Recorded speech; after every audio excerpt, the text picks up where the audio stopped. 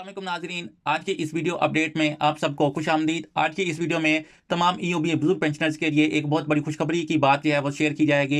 ये वीडियो खासतौर पर उन तमाम बुजुर्गों और पेंशनर्स के लिए बहुत ज़्यादा अहम है जो ईओबीआई से पेंशन ले रहे हैं। अगर आप भी इनमें से एक हैं या आपके घर में कोई ईओबीआई पेंशनर मौजूद है तो ये वीडियो आपके लिए बहुत ज़्यादा खास, बहुत ज़्यादा अहम है, क्योंकि आज की इस वीडियो में आपको जो है वो लेटेस्ट इन्फॉर्मेशन शेयर की जाएगी। आज की इस वीडियो में ईओबीआई बुजुर्ग पेंशनर्स के लिए ज़रूरी मालूमात शेयर की जाएंगी। इसके अलावा ईओबीआई बुजुर्ग पेंशनर जो कि पिछले कई साल से इंतजार कर रहे थे कि पेंशन में जो है वो एक बड़ा इजाफा देखने को मिले, पेंशनर्स को रिलीफ मिल सके, तो इस हवाले से भी जो है वो एक बड़ी अपडेट सामने आ चुकी है। पिछले कई सालों से ईओबीआई पेंशनर बहुत सी मुश्किलात का सामना कर रहे थे। महंगाई दिन ब दिन जो है वो बढ़ती जा रही थी, लेकिन पेंशन की रकम वही की वही थी। तो बहुत से बुजुर्ग अपने रोजाना के खर्चे बहुत मुश्किल से पूरे कर पा रहे थे। तो दवाइयाँ खरीदना, खाना पीना, बिजली और पानी के बिल और घर के दूसरे जरूरी खर्चे सब कुछ महंगा होता जा रहा था। लेकिन अब जो है वो ईओबीआई बुजुर्ग पेंशनर्स के हालात जो है वो बदलने वाले हैं। चेयरमैन ईओबीआई और बोर्ड ऑफ ट्रस्टीज ने मिलकर कुछ ऐसे फैसले किए हैं जिनके ईओबीआई बुजुर्ग पेंशनर्स को बहुत ज़्यादा फायदा होगा। ईओबीआई बुजुर्ग पेंशनर जो कि इस इंतजार में थे कि कब उनको रिलीफ मिले, तो उनके लिए जो है वो एक बड़ी खुशखबरी जो है वो निकल कर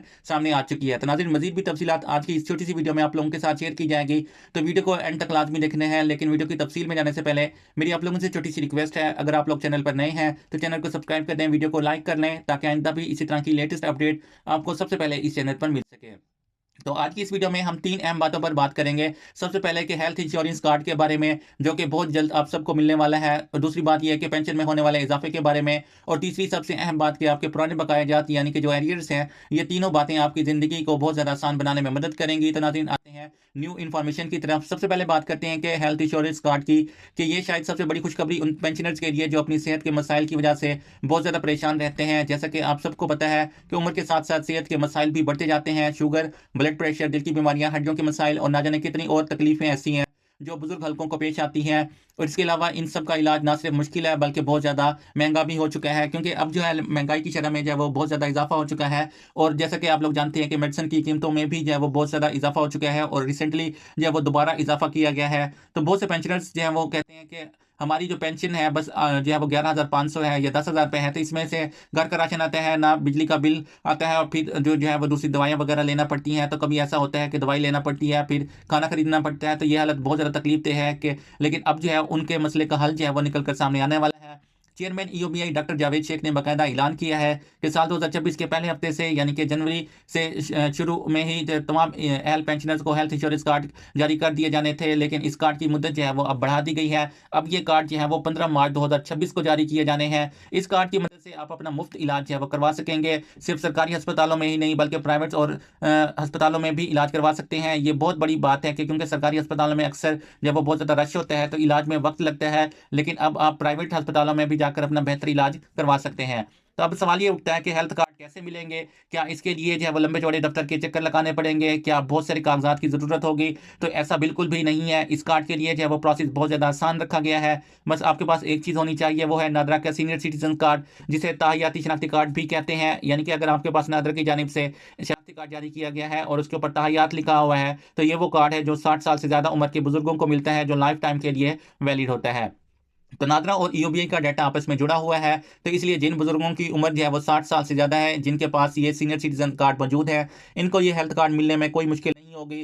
कार्ड ऑटोमेटिकली जारी कर दिए जाएंगे, लेकिन फिर भी आपको कोई मुश्किल पेश आए तो आप अपना नाम लिस्ट में जो है वो जो है वो देखें, तो आप अपने करीबी ईओबीआई ऑफिस जाकर बात कर सकते हैं। वहाँ पर अफसरान आपकी जो है वो मदद ज़रूर करेंगे। अब बात करते हैं कि इस कार्ड के वैल्यू की तरफ। तो ये हेल्थ कार्ड जो है वो 2 साल के लिए वैलिड होगा। पहले साल आपको 2 लाख रुपए तक इलाज करवाने की इजाज़त होगी, यानी आपको जो है वो कोई संगीन बीमारी हो जाए, ऑपरेशन की ज़रूरत पड़े या फिर कोई लंबा इलाज चले, तो आप 2 लाख रुपए तक जो है वो सारा खर्चा जो है वो बर्दाश्त कर सकते हैं कार्ड की मदद से। और दूसरे साल ये हद जो है वो बढ़ाकर 3 लाख रुपए तक कर दी जाएगी। मतलब कुल मिलाकर 2 सालों में आपको 5 लाख रुपए का मुफ्त इलाज जो है वो करवा सकते हैं।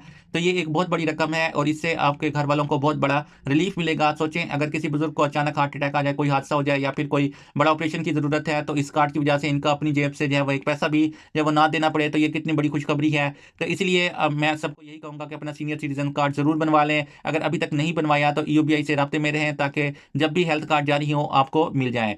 तो अब बात करते हैं दूसरी अहम बात की, वो है पेंशन में इजाफा। ये भी बहुत जो है वो लंबे अरसे से पेंशनर्स का मुतालबा था कि महंगाई इतनी बढ़ चुकी है कि पुरानी पेंशन में गुजारा करना बहुत ज़्यादा मुश्किल है सरकारी तौर पर जो है वो इस बात को समझ सका, हुकूमत को इस बात को समझना और पेंशन में इजाफे करने का फैसला जो है वो किया है। तो ईओबीआई ऑफिशियल वेबसाइट पर नई लिस्टें अपलोड की जा चुकी हैं जिनमें ये जो वो तफसील दी गई है कि किसकी पेंशन जो है वो कितनी हद तक बढ़ेगी। तो आमतौर पर बहुत से लोगों ने सुना होगा कि पेंशन में 1500 रुपये का इजाफा किया गया है, लेकिन यहाँ पर बहुत अहम बात समझने वाली है कि ये 1500 रुपये किसी को यकसा तौर पर नहीं मिलेंगे। पेंशन में इजाफा आपकी सर्विस के सालों पर मुनहसिर है, जितनी लंबी सर्विस होगी इतना ज़्यादा इजाफा होगा। तो ये बिल्कुल मुनासिब बात है, क्योंकि जिस शख्स ने ज़्यादा साल मेहनत की इसको ज़्यादा फायदा मिलेगा।